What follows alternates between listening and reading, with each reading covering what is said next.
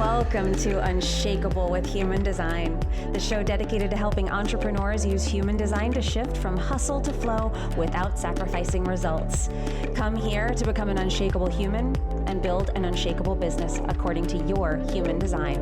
I'm your host, Nicole. Hello and welcome to Unshakable with Human Design, everybody. I'm your host, Nicole, and I want to talk about flow today. So I started to sometimes the way that I prepare for these episodes is I record myself into my transcriber to sort of catch whatever is swimming around in my head. This is part of me knowing how to work with my design. I have an open head, I have an open ajna, I have a lot of thoughts. So I do a lot of journaling. I do things to get those thoughts out of my head because it can become it can definitely get busy up there. It can get really crowded up there and I can get confused. It's also my conscious sun. So adding to all of that, I can get where it can feel like I know I have thoughts, but I don't know what they are. So it's so important for me to have a process for emptying the stash that's swimming around up there. And a lot of the ways that I do that are through journaling and stuff like that. But then I take audio notes where I can speak. Now, why do I do that? Well, I have a defined throat and I have a motor to the throat. I have a motor to the throat. I'm a manifesting generator. So I can speak out my thoughts so much more easily a lot of times than I can write them. And I don't limit myself to how I use these tools, which one I'm going to use when. I really follow intuition into where I need it to go. What do I need to do? What tool do I need now? I used to be very rigid and I did not have flow. And I fought with myself and I fought to create results and I fought to find balance. And I did not necessarily feel at home in my body. Honestly, because I don't think that I was in my body. I think that I was in my head most of the time, which is where I think most people are. I've been talking to so many people. My calendar has been completely booked. Talking to people we just wrapped up the Authority Accelerator Masterclass. First of all, thank you to everybody who came. Everybody who showed up, everybody who watched a replay, everybody who said they loved something or shared an insight or something in our Telegram chat, which was bonkers, so active, and so much great stuff was being shared in there. So thank you if you participated at all in any way in that. But I was talking to so many people, and what I do find is that most of us are caught in our head or in the clouds, which really either one of those means. So you are looking to a celestial event or cosmic force for every answer in your life, and you're actively searching for it. That, or you're caught in your head trying to figure out, what am I going to do? How am I going to get it done? What's it going to be? Trying to really attach to strategies and very 3D sort of plans that you can lay out for yourself. And there's a bit of white knuckling that, and there's a lot of questioning going on in the head. And either one of these both result in you not being in flow, which is really what we're going to talk about today. I'm going to break it down into the 5 human design types and how they find flow. But you're not finding flow, you are fighting with yourself. And really that's coming from you're not in your body. And I know that because I was not in my body for my life.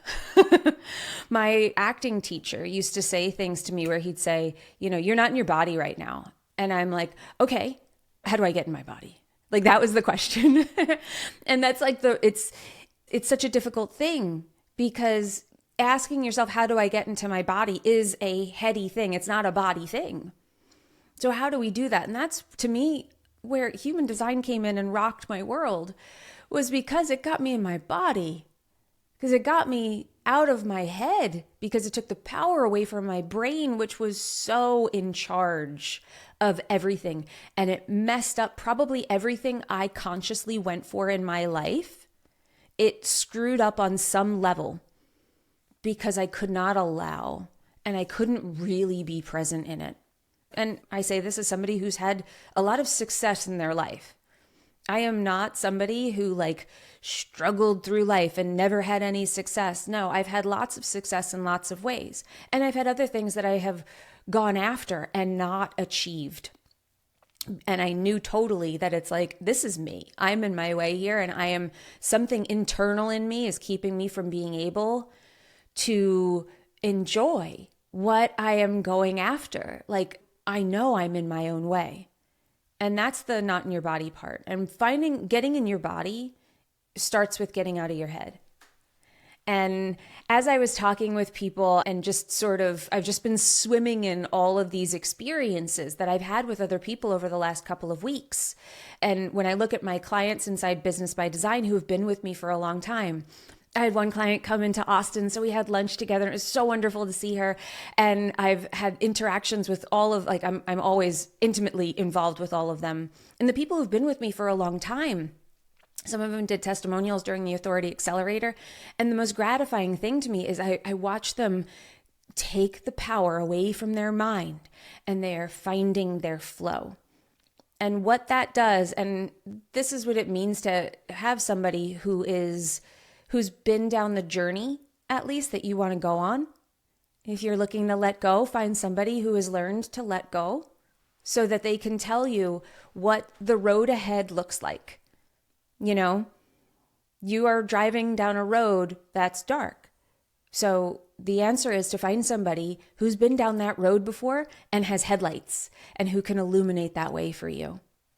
So to see these people let go of the mind game, I know it's ahead for them. It just gets easier and easier, and they get into allowing. And then that's where your intuition kicks in. And that's where you go to sleep and you wake up with answers. And that's where your energy just carries you into the next thing. So what I want to do is I want to break down, I'm going to talk about flow for each of the human design types. I'm honestly, like I said, this started with me doing a voice memo to myself, and it was so good and it was so flowing. I was like, screw it, I'm just going to record. Very Manny Jen, by the way. And we're going to talk about that because I don't have any notes. I don't have anything. I'm just trusting that this is all flowing through at the moment. So you're going to experience that. Okay. So here we go. I'm going to break it down by human design type. And we're going to just talk about flow. And I'm just going to give you a free-flowing reflection on what I've seen working with every single one of the types and how you find flow. Okay? Sound good? Fabulous. Let's dive in. I'm going to start with the generators and the manifesting generators. And I'm going to talk about them together, and then I'm going to break it apart, because there's so much that's the same. I don't want to repeat myself. But it starts with them because that's where my notes were starting, was really talking about, and exploring this idea of generators and manifesting generators, sacral beings. We are, since I am a Manny Jen, we are designed to have sustainable energy. We're designed to do. This is stuff we all know, right? Do what lights you up and it will carry you. Now, finding your flow as a generator or manifesting generator, it doesn't mean you're doing all the time. And it doesn't mean you don't get tired. And it doesn't mean that you should work yourself in the ground. And it doesn't mean that you are somebody's slave to do all of the work while somebody else, like a projector, sits by and just says, like, nope, over that way, a little bit more, a little to the left. That's not your role either. The key is that you love building what you build. And when you are in the act of doing something that feels good, that feels right, and the more right it feels, the more energy you will generate for the thing, and then you will stop. So it isn't about never getting tired. It isn't about never needing rest. The key is that if you're not in your head thinking about, should I be resting now? Should I be working now? Is this a response? Which is where I see everybody start.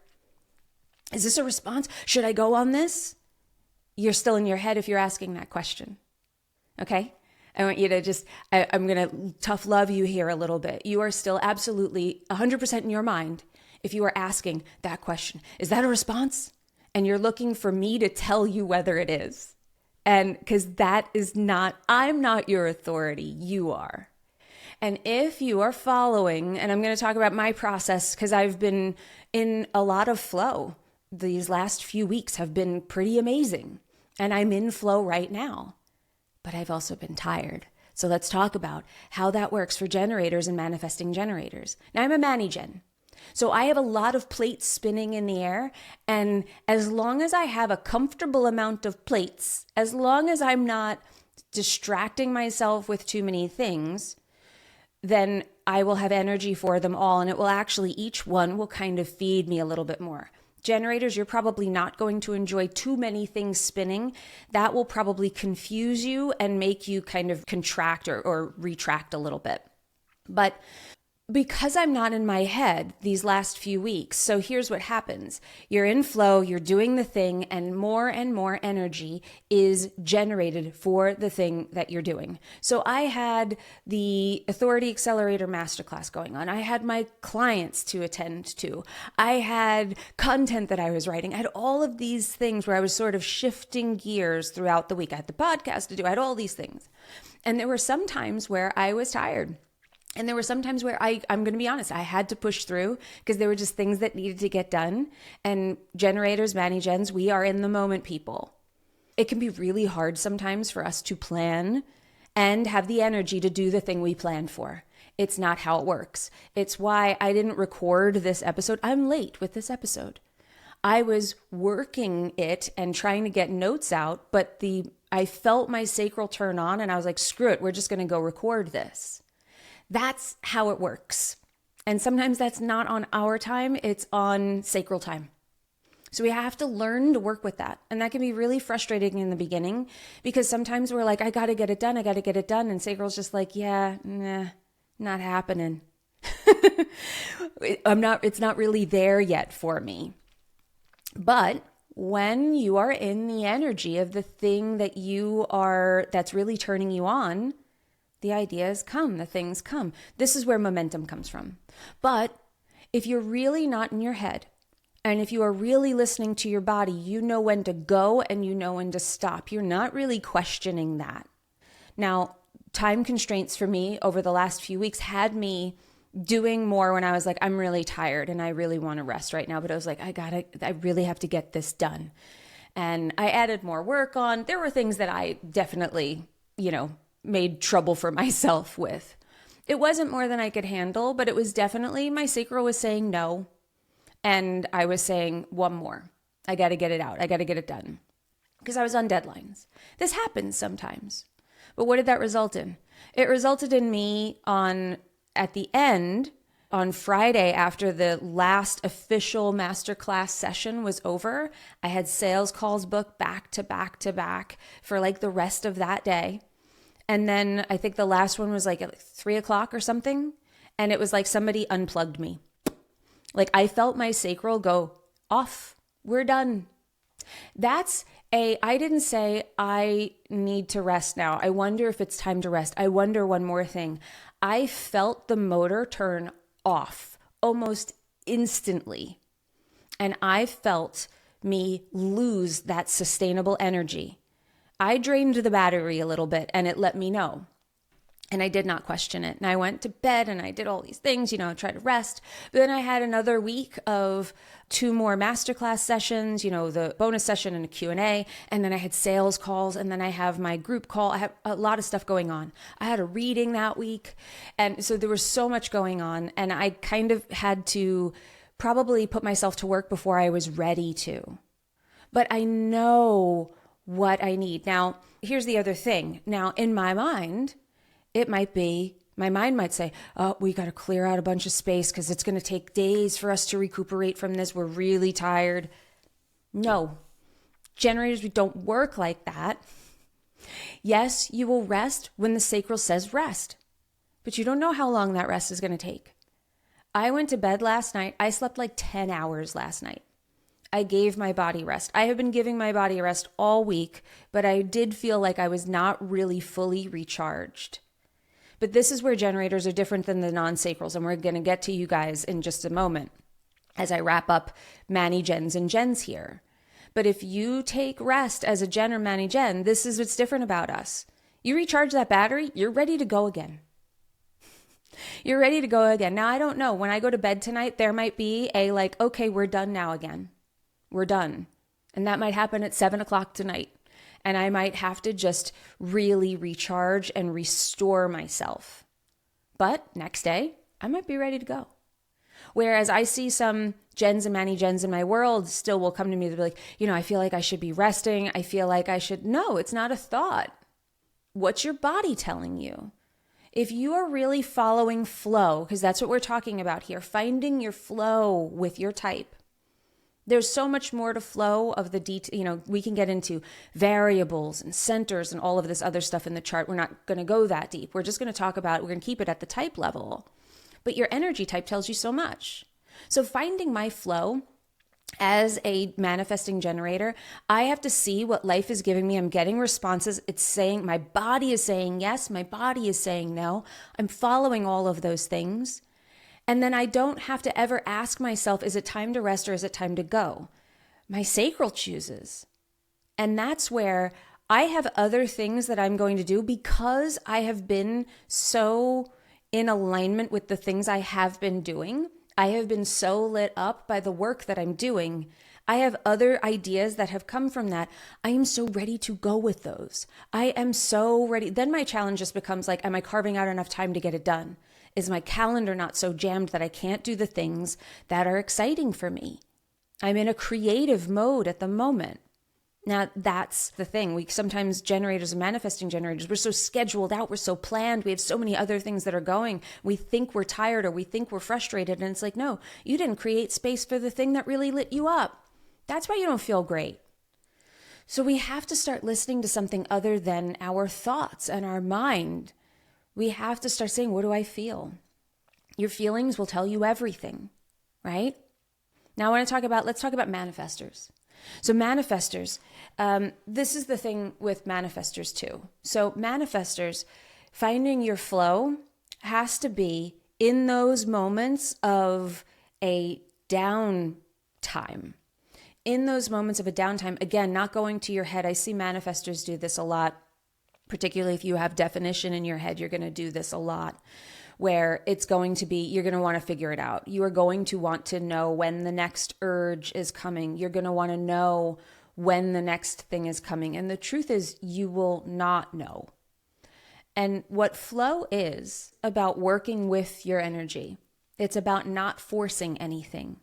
And so the first step has to be, for manifestors, what you have to trust is that you have to see what the thought is. First of all, most of the time the thought is, I'm not doing anything. I'm not doing anything. I'm so frustrated by not doing anything.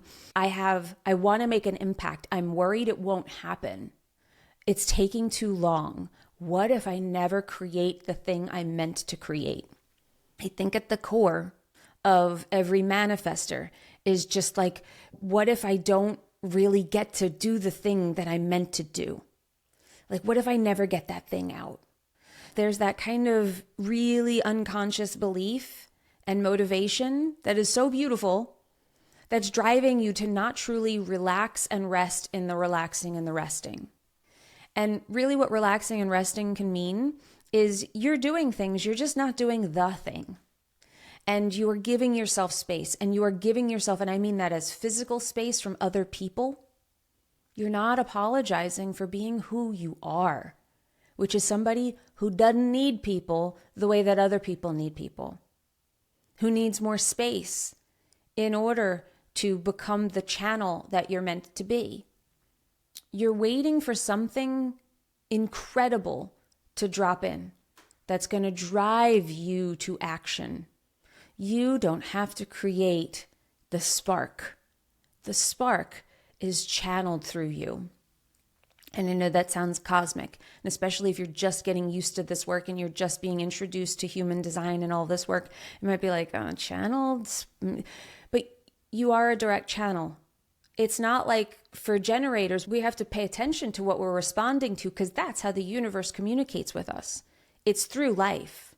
It's through the things that it puts in our path that we go yes and no to. If we are listening, we will find our flow through that. We'll figure out what we want to build. Projectors have their ways through invitations that finding their way. You're the only one that doesn't have something to do with this world. It just comes through you. You are a channel. So you have to honor that. And by honoring that, it's about creating space. And the first way that we create space is to stop the mind chatter saying, when's the thing going to come? When's the thing going to come? When's it going to be there? When's it going to go? I got to get moving now. What you got to trust is that all of that space, it doesn't matter You're sort of like, I think, do you remember like the old Bugs Bunny cartoons where, the Bugs Bunny would be sitting at the starting gate and then the turtle would start to go. And I know that this is a tortoise and the hare thing where the tortoise ultimately wins. However, what I'm talking about here is that you're Bugs Bunny sitting there being like, I'm so much faster than everybody in this race. I don't need to run the whole time. I can let them get 3/4 of the way there, and then I will just lap them when I decide it's time, when it's right for me. It's so much of it is about timing. So much is about creating the space for the spark to be lit. And when it is, you don't question it. You don't have to. You'll know because it will pull you on a path. Where most manifestors are is overanalyzing and over planning and trying to figure it out, where you don't have enough space for that thing to really drop in for you. A lot of manifestors don't know what it feels like really to be taken on the ride that is the urge, to feel what that feels like. As a Mani-Gen, I get a little taste of that, where when the creative thing drops in, it feels like that's sort of where I feel like I am in this very moment, is that there are so many things that I am so like, I feel like I've been waiting forever for them to drop in. And I don't know exactly where they're leading, but it feels like I could not do these things. It would be impossible for me to not see this through and to not do this thing. I feel called to create this stuff. And that's what manifestors often don't trust enough, is that is coming for you. And if it's not coming, it's usually because you are too distracted with other stuff. And sometimes that is distracted with your own thoughts of wondering when the thing is going to come. Because on some level, all manifestors know. You know you're meant for something big. You know that you have a strong calling. You have felt the connection with something. You know you don't need people. All of that, you know it. But there's so much conditioning a lot of times of you not really being a manifestor that's keeping you from being an aligned manifestor in their flow. An aligned manifestor in their flow is really comfortable leaning back and just being like, I'm going to go when I go. And I am pulling it all in right now. Every moment is full for you, but you have to allow it to be. And this is what flow is. It's this feeling like we don't have to create anything. When we're in alignment, we are open to answers and pathways to be laid out for us that we could not have planned for. This is what it means to have your intuition come online. But most of us are so busy thinking that our intuition can't get a word in edgewise. So finding flow for a manifestor is about really being comfortable leaning back in the moments of in between one creative urge and the next. And when you're starting this journey, what that looks like is learning to be really a manifestor, really learning to decondition so that you can be that channel. And the manifestors I've worked with, like, it's so like clockwork. You all are so assertive that once you start going down that path, things happen for you so quickly because you're so powerful. Most of you are dimming your power. Most of you are throttling yourself in this world because somewhere along the line you were taught to hold back because it wasn't safe to be 100% of who you were. Made people uncomfortable. You probably make people uncomfortable. So learning to sit back and say, it's not my responsibility how I make anybody feel. I'm just here to be this. Finding your flow is about being yourself. And every single type has a different way of being themselves. Okay? So that's manifestors. Projectors, your way is going to be through prioritizing your health, your physical well-being, your cleanliness of your energy. You have to let go. First of all, you have to recognize how much of you has probably been hijacked by somebody else's energy already. And if you aren't properly deconditioning daily, if you aren't cleansing your energy by being alone, If you aren't sleeping alone, and I know this is hard. My husband's a projector. I've talked about that a million times on the show. He has taken to sleeping in our guest room a lot of nights. Not because there's anything wrong in our marriage. Nope, not at all. And sometimes he starts out in our bed and then he goes into the other room. And I've told him a million times, I'm like, if that's where you need to be, I get it. I'm a lot. And what's really happening when you're a projector sleeping next to, particularly if you sleep next to a sacral, is you are being charged up all night by that person's energy. It's not their fault. It's not your fault. It's just the way the energy dynamics work. So what you do is you wake up not as you, as them. You wake up already having to get rid of stuff. So that's why you might not feel as rested. That's why you might feel a little bit more like them than you do like yourself. But you wouldn't know it because you're used to it. You are so conditioned to be that way. Projectors, your flow, finding some play, y'all can be real serious. And you have to find some play in your life because you are meant to be playful. I know that that's not like a typical thing that we talk about with projectors, but waiting for those invitations. A lot of projectors, you're looking for things to tell people, to teach people, to help people with, and they don't want your help. And you are not finding your flow through that. You're finding bitterness through that. You're getting frustrated with the fact that people are not seeing you, but that's not how they see you. And you're burning yourself out and you're spending energy you do not have. So people can tell you, I didn't ask for that. Finding your flow as a projector is you should be focused on yourself until somebody asks you something. You should be focused on prioritizing your physical well-being. That's how you find your flow as a projector. That you don't have to fill every moment in between all of the moments. And if you want to fill it with something, fill it with enriching yourself. Fill it with luxuriating in the fact that you don't have to do as much as the rest of us. Luxuriate in the fact that if you rest, you will attract more. And build an expertise. Figure out what is it that you want to be recognized for and become so damn good at that they cannot ignore you. Because your energy will carry that. But you have to trust that. And most of you don't. Most of you are still playing the generator game. And you are trying to do rather than trusting that if you just are enough, that people will find you.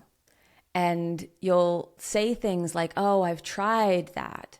But most of the time when I look at it, it's like, no, you tried it for like a minute, but you really weren't cleaning your energy. You really weren't deconditioning yourself. You really weren't in, I've got this energy. You were like, okay, they told me to wait, so I'm waiting. But I'm waiting like this, like with my fists clenched, being like, are you going to ask me to dance? Are you going to ask me to dance? Are you going to ask me for something? Nope, I better tell you. I had a projector. It's funny. I get comments on YouTube. And we have hundreds of videos up on YouTube, and I get comments, and I read the comments. Sometimes I respond to them. Sometimes I don't, because some of them are kind of kooky and out there, and some of them just make me laugh. One of them was I did a video on an episode on the projection field like years ago. That video is still up. It's still getting hits. This is the beauty of having like evergreen stuff up there, right? I don't have to work for this. Although this comment was not somebody I see joining my world anytime soon, but they wrote like, I'm a 5'1" splenic projector or whatever they told me they were. And I'm also a sound engineer. And it killed me to see the mic set up incorrectly throughout this whole thing. And I was just like, that is exactly like the projector, like the collective eye roll when we get like a projector who wants to teach us something that we did not ask for.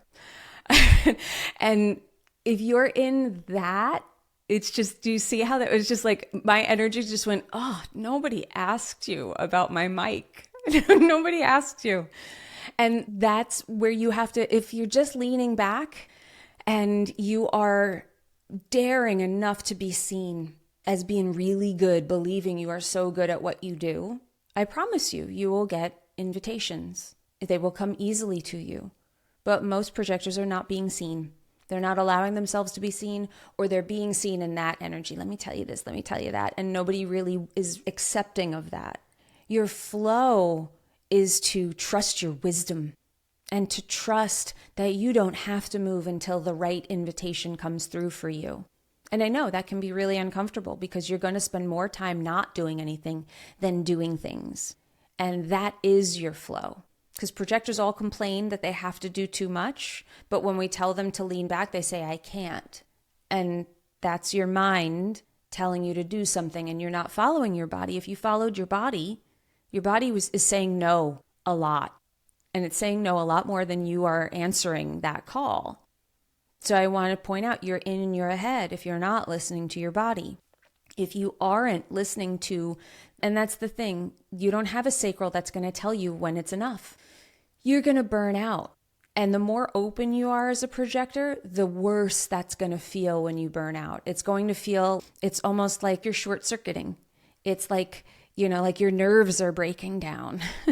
And generators, we can feel that too when we push ourselves too hard. I had a day last week that felt like that, where I was like, I have to go to bed right now. And I took a nap in the middle of the day. And that was just what I needed. And I felt my body breaking down. And it needed it so badly. That's what happens when projectors push themselves way too far. Now, reflectors, it's similar. Reflectors, your flow is going to come from, honestly, you're all so different. Like, even amongst reflectors, you guys none of us are the same. But reflectors, I see reflector clients who, some of them have a ton of hanging gates in and around pointing to the root, where they have a lot of get up and go energy. Some of them, a lot of them pointing to the sacral. So when they're around people, or the transits are kind of always activating certain parts of them. Some of them have them spread out all over where it doesn't feel as concentrated in some area. But all of you have to respect the fact that you're going to probably need to be alone a lot of the time in order to figure out who you are. And you're going to have to stand up for that. And it might make people uncomfortable. And in order to find your flow, with reflectors, what I do see is that the more you allow yourself to withdraw from everyone and you give yourself alone time, a lot of reflectors like to live alone. That was sort of what I was going to say. So they can divorce, and be good with that. Where, I've seen them sometimes where they really want to hang on to the marriage. They really want to hang on to the relationship. And then once it's forced from their hands and they break up for whatever reason, when they settle into doing things by themselves, living by themselves, or having autonomy over their time and over their energy. Like, if they want to be completely alone, they can be. If they want to be around people, they can be. And reflectors usually want to have moments where they're around people, and then they want to be alone. And no one can tell them when that's right. And that's why sometimes when they don't have an attachment, they don't feel obligated. So it's so easy for them to do what feels right for them. So I've seen a lot of people where they settle into that alone life and they're like, yeah, I don't really want somebody coming in here looking for to guide my life or to have any sort of say in what I do or where I go or how much time I spend with them. They get really comfortable there. So is the answer to get divorced and to cut ties with people? No.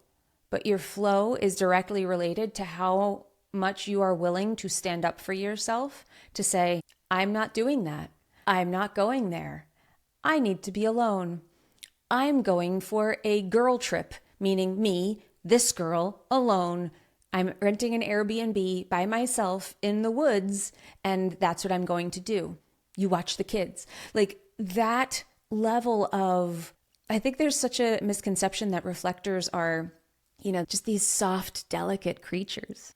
No, most of the reflectors I know are pretty damn fierce. They have big energy. It's just not sustainable. And quite frankly, we burn them out. If you are around a reflector and they seem tired, it's probably you. And they need that time. So just trusting what you feel as a reflector, allowing yourself to be creative. You're such creative beings. And giving yourself space to move is the whole thing. I wish I had something more insightful to say for the reflectors. But the truth is that if you aren't doing that, then nothing will feel like flow. It will always feel like your energy you're hijacked by somebody else's energy and you're just sort of on their ride. And it's so easy for you to do that. And the first wake up is learning that you're a reflector and that's what your energy does.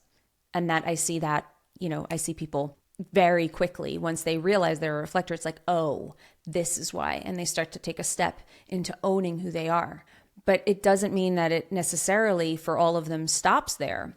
And they don't realize how much of other people's energy is pulling them in directions that's not of their own choosing. And they're not spending enough time alone. So they're always feeling kind of drained. So they're always feeling kind of disappointed. And surprise comes from being so open, which you are, because throughout the day, the moon is changing. You get all of these different connections every time you're around different people. When you're really open, they light different sparks within you. And you're picking up little things from all of the people that you encounter. And you're getting lit up in different ways by the moon changing throughout the day. The moon cycles go so much faster than all the other planets and all the other bodies. You're being lit up multiple times a day by different things. You're getting all of these different connections. What a beautiful surprise that can be if you can dance with life like that. Where you don't feel like you're in flow is because you're not dancing. You're doing what other people are making you do on some level. And of course, we have people in our lives. We make concessions, but you want to be making less concessions than you are standing up for yourself. You want to be standing up for yourself 80% of the time. And the rest of the time is they have to respect and honor the fact that you need different things than they need. And that's how you find your flow, is to not be obligated to somebody else's. Okay? I hope you guys liked this. This was fun for me. I appreciate you being here, making it all the way to the end of the episode. I appreciate you as always. And remember, in order to have an unshakable business, you must first become an unshakable human. So thanks for letting us help you become unshakable with human design, everybody. We'll see you next time. If you loved this episode and you're a fan of the show, please show us the love on iTunes, Spotify, or wherever you're listening to the show and leave us a review. And if you'd like to connect with other entrepreneurs on their human design journey, join our free Facebook community, Human Design for Entrepreneurs. Go to nicolelano.me/podcast links to join the group, book a human design reading with me, or access our free human design resources. We'll see you there.